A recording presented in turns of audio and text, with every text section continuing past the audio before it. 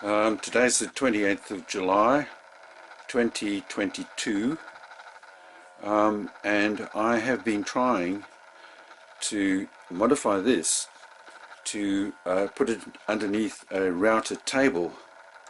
This is a Ryobi 1600W plunge router that I bought eight or 10 years ago, and all I wanted to do was make a dado for my rotating tool bench, and I had such trouble with it. I had enormous problems. For example, this dust port here that you're supposed to attach your vacuum cleaner hose to here keeps popping open, causing all sorts of problems. Then of course there's the manual, and this is exactly how the manual comes. It's a bit of tape to the back of a bit of cardboard out of the factory. No words, just these cartoon illustrations, which is very minimal to say the least. And it was the beginning of my disillusionment with Ryobi equipment. I also have a Ryobi leaf blower, and I'm onto my second electric motor for that. It's $30 a time. Very poorly made.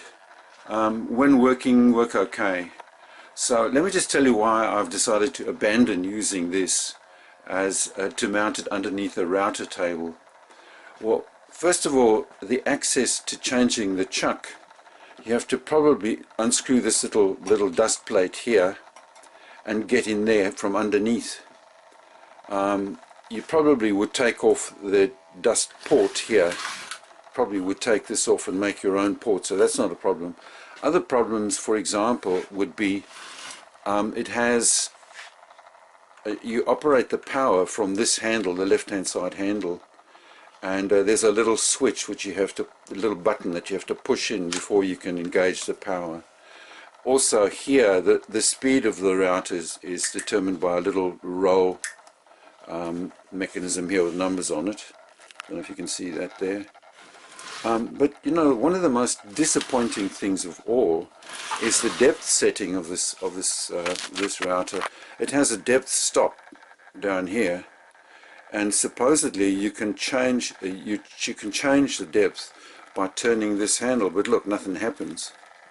And this is the fine setting up here. So the trouble is with this is that it's there we go.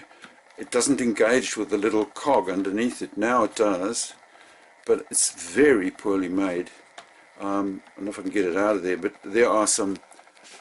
there's a little row of teeth on this side, which you probably can't see there. There's a little row of teeth running up there, and they're all irregular, and some of them are deeper than others. So it doesn't really run very easily in this little adjustment, because there's a cog in here which is supposed to turn in the teeth, but it's really very poorly made. And adjusting it, then imagine doing that from underneath the table.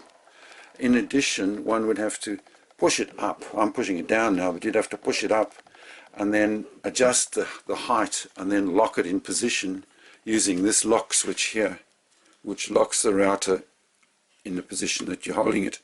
So generally speaking, I've decided to abandon using this Ryobi plunge router.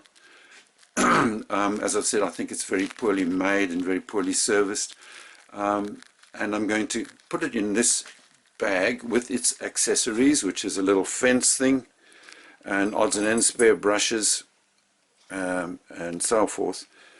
I'm going to abandon this. I'm going to put it in its bag and use it only for routing dados, and I'm going to change to another brand of router, possibly even just a trim router to go under a table I will make. So much for Ryobi. These are the last two Ryobi things I ever bought, and from then on I've switched to other brands which are much better made and better serviced.